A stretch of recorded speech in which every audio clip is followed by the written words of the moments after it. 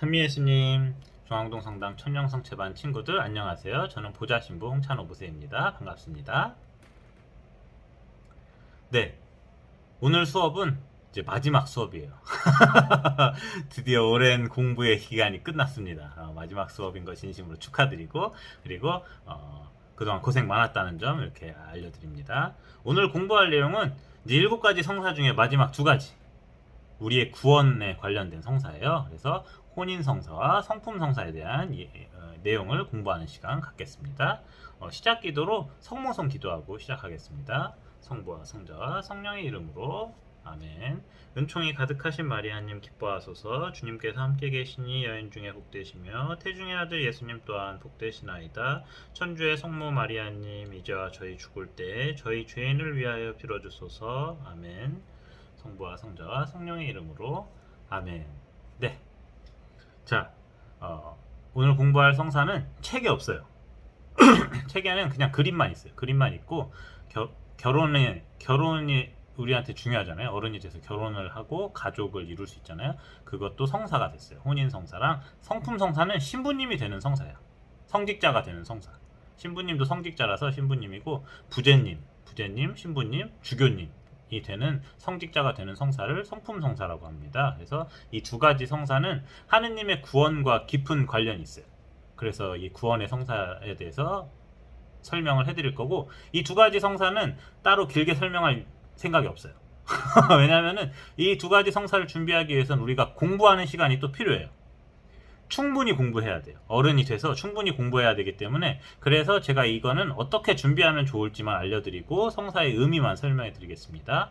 먼저 이 2가지 성사가 구원의 성사라고 불리는 이유부터 설명을 해 드릴게요. 하느님께서 말씀하시는 구원은 무엇이냐면, 하느님께서 사람을 도와주셔서 하느님하고 우리랑 같이 살게 되는 그 상태를 구원이라고 해요. 그래서 우리가 이 세상에서 살고 있지만 하느님과 함께 살 수 있다라는 것을 느끼고 있으면 구원 받았다고 생각하시면 돼요. 그래서 하느님께서 나랑 함께 해주시는구나 이런 걸 느끼면 구원의 상태에 가깝다 라고 생각하시면 되고, 실제로 하느님께서 우리를 이끌어 주시면 이 세상을 떠나서 이제 죽은 다음 부활해서 이제 하느님이랑 구원의 상태에 있는 거죠. 같이 있으면서. 그래서 그런 것들을 잘 기억을 해주시면 좋습니다. 그렇고, 구원의 성사라고 불리는 이유, 이 구원을 받기 위해서 우리가 해야 될 일이 있어요. 딱 하나. 10계명을 외운 친구들은 알 수 있어요. 뭐냐면은 사랑을 실천하면 돼요. 구원을 받기 위해서 우리가 할 일은 사랑을 실천하면 됩니다. 하느님을 사랑하고 이웃을 사랑하고, 이 2가지는 분리되지 않아요. 하느님을 사랑하는 사람들은 이웃들을 사랑하고, 이웃들을 사랑하는 사람은 하느님을 사랑하고 있어요. 그러니까 이 둘은 분리되지 않기 때문에 사랑 하나만 실천하면 우리는 구원에 아주 가까운 상태가 돼요. 가까운 상태가 되고, 그래서 오늘 공부할 이 2가지 성사는 사랑을 실천하기 위해서 우리가 어른이 돼서 어른이 되어서 받는 그런 성사예요. 그래서 이 2가지를 구원의 성사라고 하고, 부모님 보시면 알겠지만 부모님들은 사랑을 서로 실천하기 위해서 최선을 다하고 있어요. 그래서 부모님께 물어보세요. 엄마 고생 많이 했어? 아니면 아무것도 안 했어? 하고 물어보세요. 아빠한테도 똑같이 물어보세요. 아빠, 우리 가족을 위해서 아빠는 아무것도 안 하고 있어? 아니면은 최선을 다하고 있어? 물어보면 아빠는 최선을 다하고 있지? 늘 이럴 거예요. 그래서 부모님 다 최선을 다하고 있어요. 그래서 사랑의 성사라는 거, 이 둘은 사랑의 성사기 때문에 구원의 성사라고 우리가 말을 합니다. 그래서 그렇게 이해를 하면 좋을 것 같아요. 자, 이제 혼인성사에 대해서 설명을 해드리겠습니다. 혼인성사랑 성품성사는 어떻게 생겼는지 설명을 드리면, 혼인성사는 예수님께서 이제 어른이 돼서 활동을 하실 때 사람들이 남자 여자 문제로 자꾸 질문을 했어요. 요즘 시대에서도 남자 여자 서로 막 엄청 싸우거든요. 남자가 더 좋다, 여자가 더 좋다, 막 엄청 싸워요. 그 답이 없어요. 그 답이 없고 둘 다 중요해요. 둘 다 중요한데, 아무튼 예수님께서도 활동하실 때 그런 이야기를 많이 들었어요. 이 사람을, 이 가늠한 사람, 이 바람핀 사람을 어떻게 해야 됩니까? 라고 해서 예수님께서 가만히 있었을까요? 그렇지 않아요.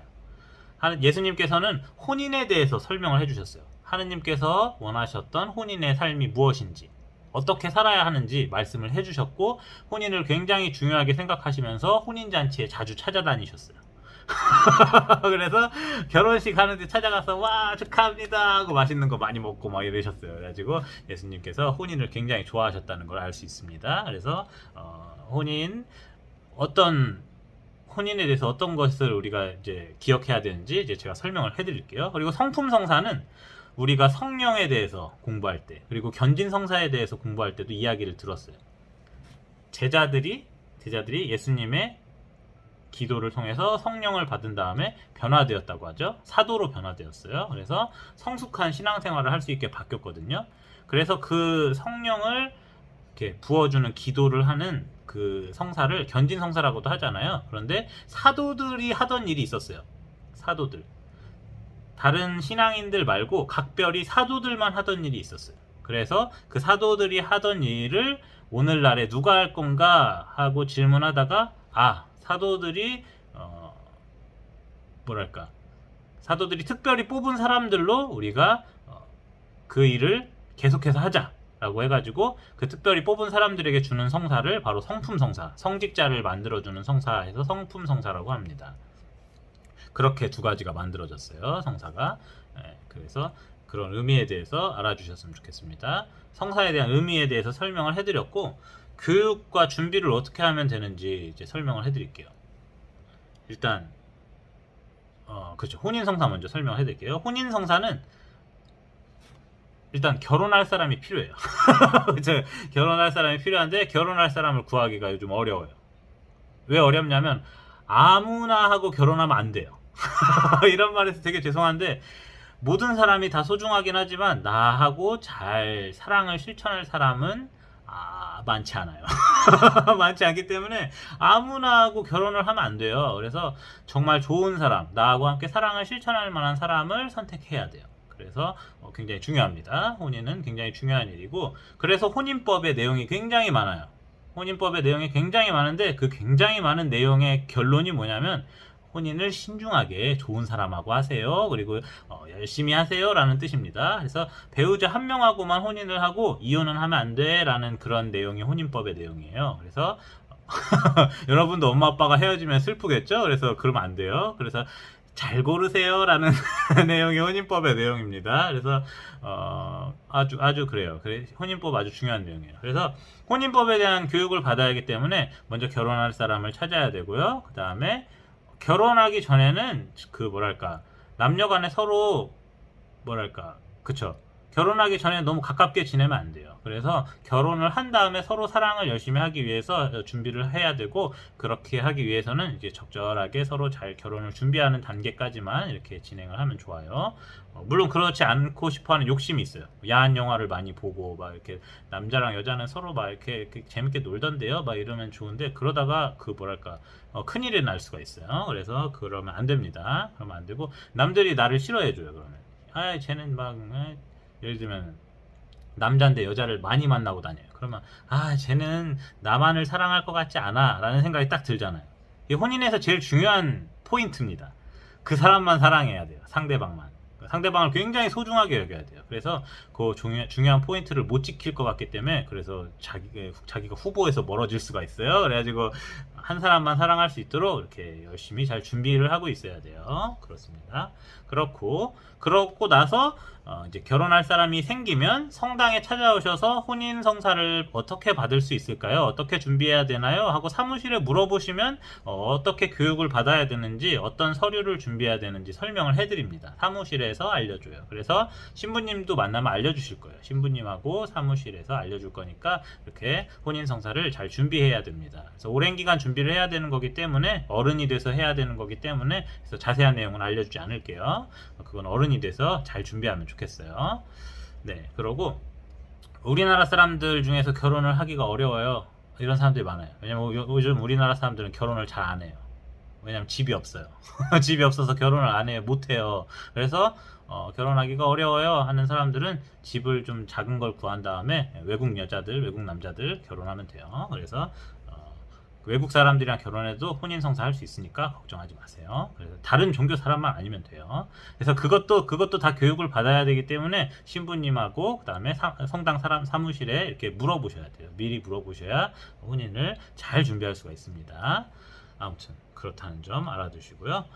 나중에 어른 돼서 일단 지금은 혼인을 받기 전에, 혼인 성사를 하기 전에 성당에 찾아가야 된다. 요것만 꼭 기억해 주시면 돼요. 자, 다음 성품 성사 알려드릴게요. 성품 성사는 교육을 받기 전에 미리 모임을 해요. 모임을 해서 나는 신부님이 되기 위해서 어떤 준비를 해야 합니까? 나는 왜 신부님이 되고 싶습니까? 하고 물어보는 시간이 있어요. 그래서 이러한 물어보는 것들을 부르심이라고 말하고 있어요. 성소, 거룩한 하느님의 부르심 해서 거룩한 부르심 성소라고 말합니다. 혼인과 성품 성사 모두 성소와 관련된 우리의 활동이에요. 하느님께서 너희들은 부부로서 잘 가족을 이루면서 사세요. 왜냐하면 가족을 이루어야 사랑을 내가 실천할 수 있어요. 혼자 사는 사람은 사랑을 실천할 수가 없어요. 그래서 가족을 이루어서 사랑을 잘 실천하면서 사세요 하고 이렇게 부르시는 사람들이 있고, 그런 분들을 평신도라고 하고요. 그다음에 성직자로서 사랑을 잘 실천하면서 사세요 라고 부르는 사람들을 성직자라고 해요. 그래서 이렇게 둘을 위한 성사가 있다는 거 알아주시면 좋고요. 그럼 수녀님은 어떤 성사를 받으셨어요? 질문하실 수가 있는데, 수녀님은 축성이라고 준성사 설명할 때 설명드렸어요. 그래서 준성사를 받으시면서 주교님께서 이것도 해주실 수 있어요. 이거는 주교님만 해주실 수 있고, 성품 성사도 주교님만 해주실 수 있어요. 혼인 성사는 아니에요. 혼인 성사는 성직자가 해줄 수 있고요. 성품 성사는 주교님만 해주실 수 있어요. 왜냐면 주교님의 부하들이거든요. 그래서 주교님만 성품 성사를 해서 신부님들을 뽑을 수가 있어요. 부제님, 신부님을 뽑을 수 있습니다. 그렇습니다. 그렇고 성품 성사는 그래서 미리 준비를 하고 그 다음에 공부도 많이 해야 돼요. 공부도 막 신학의 여러 가지 과목들이 있어요. 그래서 우리 친구들 학교 다니는 것처럼 신부님들도 학교가 있어요. 신학교라고 신부학교라고 생각하시면 돼요. 그래서 신학교를 다니면서 공부도 하고 좋은 사람이 될 수 있도록 많은 노력을 해서 신부님이 되도록 준비를 하면 성품 성사를 받을 수 있습니다. 성품 성사를 받으려면 결혼을 안 해야 돼요. 결혼을 하면 안 돼요. 왜냐면은 성품 성사는 하느님하고 결혼하는 거예요. 하느님하고 결혼하고 자녀들로 신자들을 두는 거예요. 그래서 신자들을 위해서 목숨을 다 바쳐 일해야 돼요. 그리고 하느님의 말을 아주 잘 들어야 돼요. 그래서 결혼을 하면 안 돼요. 결혼을 못하고, 그 다음에 그렇습니다. 그리고 이제 혼인을 한 사람들은 성직자가 되면 안 돼요. 왜냐면 가족들을 잘 돌봐야 한단 말이에요. 그건 하느님께서 부르셨어요. 너 얘네들하고 사랑을 잘 실천하세요 라고 부르신 건데 싫어요. 이러면 어떻게 돼요? 하느님이 너 뭐하니 지금 뭐 이렇게 그 의문이 들겠죠. 그래가지고 너 그거 잘 못할 것 같은데 뭐 이러실 수 있어요. 그래서 아무튼 그래서 하느님 말을 잘 들어야 돼요. 그래서 결혼을 하던가 성직자가 되던가 둘 중에 하나 이렇게 잘 선택을 하시면 됩니다. 마지막 의문점, 왜 성직자들은 남자만 뽑습니까? 저는 여자인데 전 신부하고 싶어요. 이런 친구들 만나본 적 있어요. 그래서 그 질문에 대한 답을 드릴게요. 교황님은 막 옛날 예수님은 남자만 뽑아서 여자들 안 돼요 하는데, 그런 법이 어디 있어요? 하고 따질 수 있잖아요. 그렇죠? 그래서 제가 좀 더 이해가 될 만한 답변을 알려드릴게요. 물론 교황님의 답변이 더 정답이에요. 더 정답인데 저는 좀 뭐랄까 좀 싸구려 싸구려 방식의 정답을 약간 설명해 드릴게요. 신부가 되면은 하느님을 위해서 일해야 돼요. 하느님을 위해서 일해야 되는데 좋은 일을 할 때도 많지만, 편안하고 좋은 대접을 받을 때도 많지만, 이렇게 뭐랄까 힘든 경우에서 일을 해야 될 때도 있어요. 그리고 신부가 되기 위해서 예수님께서는 제자들을 뽑으셔서 같이 데리고 다니셨어요. 제자들이랑 계속 같이 밥 먹고 같이 왔다 갔다 하고 제자들을 끌고 다니셨어요. 그런데 만약에 여자를 뽑았다고 가정을 해봐요. 여자를 뽑아서 끌고 다녔어요. 데리고 다니고 막 같이 밥 먹고 같이 자고 이러면 어떻게 됐겠어요?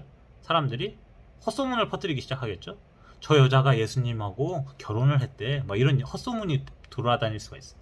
그래서 영화 중에 다빈치 코드라는 영화가 그런 내용을 다루고 있어요. 소설책도 있어요. 그래가지고 예수님하고 마리아 막달레나가 사실은 뭐 결혼을 했고 뭐 아이가 있다 이런 말도 안 되는 이야기를 그 소설로 재미삼아 쓴 그런 영화와 소설이 있는데요. 그거는 말도 안 되는 얘기예요. 왜냐하면은 상식적으로 말이 안 돼요. 상식적으로 말이 안 되는 게, 남편은 집에서 열심히 일해야 한단 말이에요. 집에서 가족들 돌봐주고 밖에 나가서 돈 벌어오고 일을 열심히 해야 되는데 예수님은 그 일을 전혀 하지 않았어요. 그래서 여자들이 예수님이 잘생겨가지고 좋아했단 말은 있어요. 근데 예수님 잘생겨서 좋아했다는 게 아니고 그냥 좋아했대요. 그냥 좋아했다는 말이 있는데 예수님은 집에 들르지 않았어요. 집을 어른이 돼서 집을 떠난 다음 단 한 번도 집에 들어간 적이 없어요.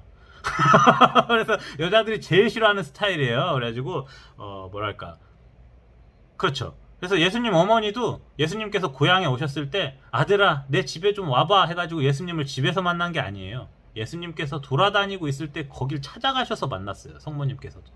예수님이 그만큼 바쁘셨어요. 그만큼 다른 게 아니고 바쁘셨어요. 집에 들어갈 시간도 없었어요. 그래가지고 예수님이 바빴기 때문에 여자들이 예수님을 좋아했다 한들 결혼을 했을 리가 없어요. 했을 리가 없고 예수님도 똑같아요. 그렇게 바쁘셨기 때문에 체력이 좋은 남자들을 끌고 다니면서 일을 자꾸 시키셨을 거라고요.